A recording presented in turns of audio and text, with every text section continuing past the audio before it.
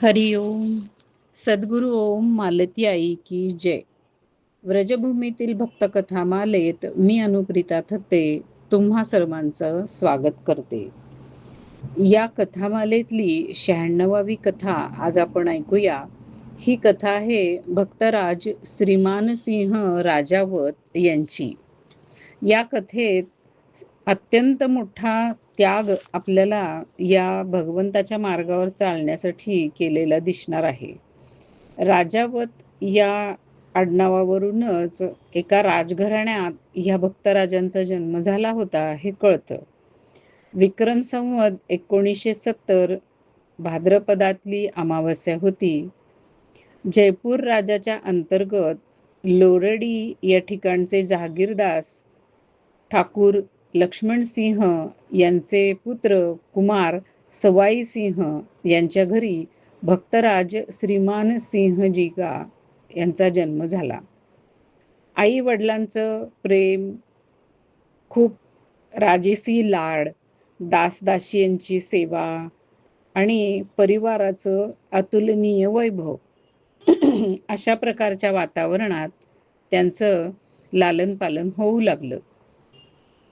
वयाबरोबर वय जसं वाढत जाईल तसं त्याच्याबरोबर रूप आणि गुण यांचाही सुंदर विकास होऊ लागला. ते इतके सुंदर होते दिसायला आणि इतके गुणवान होते की सर्वांना अतिशय प्रिय होते प्रजेला. त्यामुळे अनेकांनी त्यांच्यावर कवनं रचली होती आणि ती गीतं लोकगीतासाठी संपूर्ण त्यांच्या प्रजेमध्ये गायली जात असत. गौरवर्ण ग्रीवा सुबघ आनन ओज अपार, उन्नत भाल विशाल उर कोमल गात कुमार, सुंदर सुघड सुशील वर सद्गुणयुत साकार, वदन विलोकी विलोकी बहु मुरझावती नरनार, सुखदायक लायक सुभग मिठो बोलनहार, मती सुशील मन भावनो सब जीवन हितकार, विद्या विनय विवेकता क्षमताशील सचाय, अपनाई आजन्म से मान कुमार मन भाय. असे ते सर्वांच्याच मनाला लुभावणारे असे गुणवान आणि रूपवान होते. इतके गुण असले तरी सुद्धा त्यांचे वडील सवाई सिंहजी यांना मात्र त्यांची चिंता लागून गेलेली होती. आणि त्याचं कारण असं होतं की क्षत्रियत्वाचे संस्कार हे त्यांच्या ठिकाणी अगदी अभावानेच दिसत होते. त्यांना क्षत्रियांना अत्यंत प्रिय असलेला मांसाहार आणि मदिरा याबद्दल घृणाच होती. कुठल्याही प्रकारच्या हिंसेचे ते अगदी कट्टर विरोधक होते. नवरात्रीत सुद्धा जेव्हा त्यांच्या घरी देवीची पूजा होई तेव्हा पशुबळी द्यायची वेळ झाली की ते तिथून उठून निघून जात. त्या बली देण्याच्या वेदीवरती एका निर्दोष आणि असहाय्य पशुला मारायचं आणि त्याचं ते वाहतं रक्त, त्याची ती तडफड हे त्यांना पाहवतच नसे. सवाई सिंहजी यांनी खूप प्रयत्न केला. त्यांना बंदूक चालवायला शिकवायची, घोडेसवारी शिकवायची, शिकार खेळायला शिकवायचं. अशा प्रकारचं क्षत्रियोचित शिक्षण त्यांना देण्याचा खूप प्रयत्न केला. पण एक फक्त येतंय एवढं जर सोडलं म्हणजे तेवढ्यापुरतंच ते शिकले फक्त ते, पण त्यांना अजिबात या कशाही मध्ये रुचीच नव्हती. त्यांचे जन्मजात जे संस्कार होते ते या क्षत्रियत्वाच्या अपेक्षा अगदी विपरीतच उलटेच होते. त्यांना धर्मचर्चा, साधुसंग, पूजापाठ यामध्ये विशेष रुची होती, आवड होती. त्यांच्या आईंच्याकडे नारायण स्वामी नावाचे एक संत येत असत. त्यांचा सत्संग करायला त्यांना अतिशय आवडत असे. तसंच दादूपंथी संत श्री गोपालदासजी हे धानकिया या गावी राहत असत. तिथेही ते त्यांचा सत्संग करण्यासाठी नेहमी जात असत. त्यांच्याकडे ते गीता शिकत असत. अशा प्रकारे सत्संगाचंच आवड जास्त त्यांना होती. सवाई सिंहजी यांना बाकी पालकांना नेहमी वाटतं तसंच वाटलं की ह्यांचं आता आपण लग्न करावं आणि लग्नानंतर यांच्यामध्ये काहीतरी का होईना फरक पडेल. म्हणून वयाच्या 17व्या वर्षीच त्यांचा विवाह वडिलांनी करून दिला. वधू होती बेड या गावातील ठाकूर गिरीधारी सिंहजी यांची सुंदर आणि सुयोग्य कन्या मौन कुवारीजी. एका वर्षात त्यांना एक मुलगा सुद्धा झाला. पण त्यांच्या मनस्थितीमध्ये मात्र काहीही फरक पडला नाही. उलट त्यांचं वैराग्य आणखीनच वाढलं. आता ते वैराग्याच्या अशा एका टप्प्यावर उभे होते, की जिथे संसारातली कोणत्याही वस्तू त्यांना आसक्तीने अडवू शकत नव्हती. जणू काय या इतक्या लहान वयातच त्यांनी सगळा संसार जाणून बघून घेतलेला होता. खरं तर त्यांना त्यांच्यापेक्षा लहान असे 2 भाऊ आणि 3 बहिणी होत्या आणि ते सर्वात मोठे असल्यामुळं आपल्या वडिलांच्या 12,000 बिघा जमिनीचे ते उत्तराधिकारी होते. संसारिक सुखवैभव होतं, मान-सन्मान होता. माता-पिता आणि भाऊ-बहिणी या सगळ्यांचं प्रेम होतं त्यांच्यावर. सुंदर साध्वी अशी पत्नी मिळालेली होती. एक सुंदरसा मुलगाही झालेला होता. नाहीतरी संसारातून ह्याच्यापेक्षा आणखीन सुख असं ते काय मिळणार असतं? तरीसुद्धा त्यांच्या मनाला, त्यांच्या हृदयाला जी शांती हवी होती, त्यापासून ते कित्येक दूर आहेत, असं त्यांना वाटत होतं. संसाराकडून त्या विशिष्ट हृदयाच्या शांतीची अपेक्षा करणं, म्हणजे आपल्या अंगावर खायला धावून येणाऱ्या वाघाकडून शांततेची अपेक्षा करण्यासारखं त्यांना वाटत असे. या सगळ्यापासून निघून कुठेतरी लांब त्यांना जायचं होतं, जिथे त्यांना त्यांच्या आत्म्याला जी शांती हवी होती, ती मिळू शकेल. नारायण स्वामी आणि बाबा गोपालदासजी यांचा सत्संग त्यांना मिळत होता. पण त्यांच्या मनाला अपेक्षित अशी जी एक शांती, असं जे एक सुख त्यांना हवं होतं, ते काही तिथं त्यांना मिळत नव्हतं. खरं सांगायचं तर त्यांचं त्यांनाच कळत नव्हतं नक्की, की त्यांना काय पाहिजे. पण आत्तापर्यंत जे काही त्यांना मिळालेलं होतं या जगात, त्याने त्यांच्या आत्म्याची तृप्ती झालेली नव्हती आणि त्यांचं मन तहानलेलंच होतं, कुठल्यातरी एका विशिष्ट शांतीसाठी. त्यांना आता एका अशा कुशल महापुरुषाच्या मार्गदर्शनाची गरज होती, की जो त्यांची मानसिक स्थिती अगदी अचूक हेरेल आणि त्यांना अगदी योग्य असा सल्ला देईल.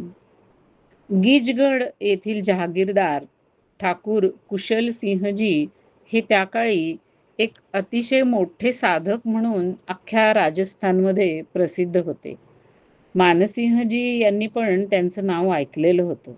त्यामुळं त्यांना असं वाटलं, की ते बहुधा आपल्याला योग्य असा मार्ग दाखवू शकतील. म्हणून घरातल्या लोकांना काहीही न सांगता एकदा ते जयपूरला निघून गेले. कारण त्या काळामध्ये कुशलसिंहजी हे जयपूरलाच राहत होते. त्यांना भेटून त्यांनी आपला सगळा परिचय सांगितला. आपल्या मानसिक स्थितीचं वर्णनही केलं आणि आपल्याला योग्य सल्ला द्यावा अशी त्यांनी प्रार्थना केली. तेव्हा हे कुशलसिंहजी म्हणाले, की तुमच्या अशांतीचं कारण हे आहे, की तुम्ही ज्ञानमार्गावरून चालत आहात आणि तो तुम्हाला योग्य नाहीये. तुमची स्वाभाविक प्रवृत्ती ही भक्तिमार्गाची आहे. भक्तिमार्ग हा सर्वात श्रेष्ठ आहेच. भक्तीचा अवलंबन जर तुम्ही केलं, तर तुम्हाला शांती नक्की मिळेल. तेव्हा अत्यंत उत्सुकतेने मानसिंह यांनी विचारलं, की भक्तीचं अवलंबन करण्यासाठी काय करावं लागेल? तेव्हा कुशलसिंहजी म्हणाले, की भक्तीचं केंद्र वृंदावन आहे. तिथे तुम्हाला गेलं पाहिजे. मानसिंहजी यांनी विचारलं, की तिथे जाऊन मी कुणाला शरण जाऊ? हे कुशलसिंहजी हे रामकृष्ण पंडित बाबाजींचे शिष्य होते. त्यांच्या चरित्रामध्ये कुशलसिंहजी यांचा उल्लेख आहे. त्यामुळे कुशलसिंहजी म्हणाले, की वृंदावन येथे दाऊजी का बगीचा नावाचा एक भाग आहे. तिथे पंडित रामकृष्णदास बाबाजी राहतात. आणि सध्याच्या ह्या काळामध्ये व्रजभूमीतील सर्वात श्रेष्ठ असे भक्तराज आहेत ते. ते भक्तीचं मूर्तिमंत स्वरूपच आहेत. त्यांच्याजवळ तुम्ही जर गेलात, तर तुमच्या मनातली इच्छा, तुमची अभीष्ट फलप्राप्ती तुम्हाला होईल. पण त्यांची कृपा प्राप्त करणं फार कठीण आहे. आता मानसिंह यांना मार्ग मिळालेला होता. काय करायचं ह्याचं मार्गदर्शन झालेलं होतं. त्या मार्गावरून चालण्यासाठी एक क्षणही त्यांना आता वाया घालवायचा नव्हता. अधिक उशीर न करता ते दुसऱ्या क्षणीच वृंदावनला निघाले. तिथे पोहोचल्यावर दाऊजी की बगीची येथे जाऊन पहिल्यांदा शहापूरवाली बगीची नावाचा जो त्याच्याजवळचा भाग आहे, तिथे एका साधूच्या जवळ ते राहू लागले. दैन्यवशामुळे, स्वभावातल्या दैन्य भावामुळे त्यांना थेट पंडित रामकृष्णदास बाबाजी यांच्याकडे जाणं शक्य झालं नाही. ते धाडस त्यांना झालं नाही. मग त्यांनी एक युक्ती केली. पंडित बाबाजींच्या दिनक्रमाचं त्यांनी निरीक्षण केलं. बाबा रोज एका ठराविक ठिकाणी शौचाला सकाळच्या वेळेला जात असत. त्या मार्गावरती एक स्थान निवडून तिथं ते रोज सकाळी जाऊन उभे राहू लागले. बाबा जात असताना ते दिसले की दोन्ही हात जोडून ते त्यांना अत्यंत विनयाने प्रणाम करत. अशा प्रकारे 3 महिने गेले. हे शहाजहापूरवाली बगीचेमध्ये राहत होते. सकाळी उठून बाबांच्या मार्गावर जाऊन उभे राहत होते आणि बाबांना प्रणाम करत होते. आपल्या उदरपूर्तीसाठी ते बाजारातून एक प्रकारचा आटा घेऊन येत. त्यांनी कुठून तरी एक टीनचा तुकडा मिळवलेला होता. 2 दगड ठेवून त्याच्यात काटक्या घालून जाळ करत आणि त्या टीनवरती त्या पिठाचे 2 गाखर करत आणि पाण्याबरोबर ते खात. अशा प्रकारे आपली भूक ते भागवत असत. दिवसभर पंडित बाबांचंच ध्यान करत आणि मनातल्या मनात अत्यंत कळवळून त्यांना आपल्यावर कृपा करावी अशी प्रार्थना करत असत. रोज त्या मार्गावर जाऊन उभं राहण्याचा सिलसिला चालूच होता. बाबा आपले रोज डोकं खाली घालून, मान खाली घालून शौचाच्या मार्गावरून जात असत. यांनी म्हणजे या मानसिंहजींनी बाबांना प्रणाम केला की ते फक्त मान हलवत असत. पण मान वळवून डोळे त्यांच्याकडे करून कधी त्यांना पाहिलं नाही, त्यांच्याकडे पाहिलं नाही. रोज या ठिकाणी हा कोणीतरी मुलगा येऊन उभा राहतोय आणि आपल्याला प्रणाम करतोय, आता 3 महिने झाले, हे लक्षात येऊन कुतूहल त्यांच्या मनामध्ये, बाबांच्या मनामध्ये जागं झालं आणि एक दिवस मान वर करून त्यांनी या मानसिंहांच्याकडे बघितलं. त्यांच्याकडे पाहताच, त्यांच्या चेहऱ्याचं निरीक्षण करताच त्यांच्या लक्षात आलं की हा मुलगा काही साधारण घरातला नाहीये, तर अत्यंत उच्च कुळातला, राजघराण्यातला हा मुलगा असावा. पंडित बाबाजींनी त्याला विचारलं, तुम्ही कुठले आहात? त्यावेळेला मानसिंहजींनी आपला संपूर्ण परिचय दिला. मग बाबांनी विचारलं की मग इथे का उभे राहता? तेव्हा मानसिंहजी म्हणाले, तुमच्या दर्शनाकरिता. यावर काहीही न बोलता बाबा पुढे निघून गेले. अशा प्रकारे आणखीन 1 महिना गेला. तेव्हा एक दिवस परत बाबांनी विचारलं, कुठे राहता? मानसिंहजी हात जोडून म्हणाले, शहापूरजी की बगीचेमध्ये. मग बाबा म्हणाले, 4 वाजता मी जिथे राहतो तिथे नेहमी कथा असते. त्या कथेला रोज येत जा. आता मानसिंहजी त्या कथेसाठी जाऊ लागले. बाबा रोज त्यांच्याकडे पाहत असत. रोज सद्गुरूंची दृष्टी त्यांच्यावर पडत असे. आत्तापर्यंत त्यांनी मनाने पंडित बाबाजींना आपले गुरु मानलेलंच होतं. रोज हा मुलगा कथेला अत्यंत उत्साहाने येतो आणि भगवंताबद्दल, कथेवर त्याचं जे प्रेम आहे ते पाहून बाबा एक दिवस म्हणाले, तुम्ही इथेच या ना राहायला. या बगीचीमध्ये एखाद्या लतामंडपाच्या खाली राहा तुम्ही. मानसिंहजींच्या विषादपूर्ण हृदयाकाशामध्ये जणू काय एक आशेचा किरणच लखलखला. बाबाजींची आपल्यावरती ही एवढी कृपा पाहून त्यांचा आनंद गगनात मावेना. त्या दिवसापासूनच दाऊजी की बगीची इथे जाऊन एका लतामंडपाखाली ते राहू लागले. त्या दाऊजी की बगीचा इथे माकडांचा मोठा त्रास होता. आता मानसिंह तिथेच राहत होते, तर ते त्या लतामंडपाच्या तिथेच चूल पेटवून ते काय त्यांच्या ज्या 2 रोट्या बनवायच्या, ते करत असत.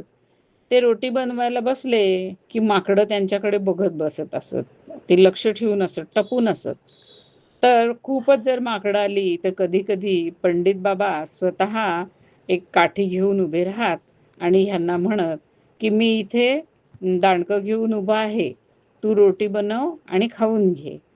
ही एवढी मोठी कृपा आता बाबाजींची मानसिंहवरती झालेली होती. आता तिकडे त्यांच्या घरी काय हकीकत घडली, हे आपण पुढील भागामध्ये ऐकूया. हरिओम.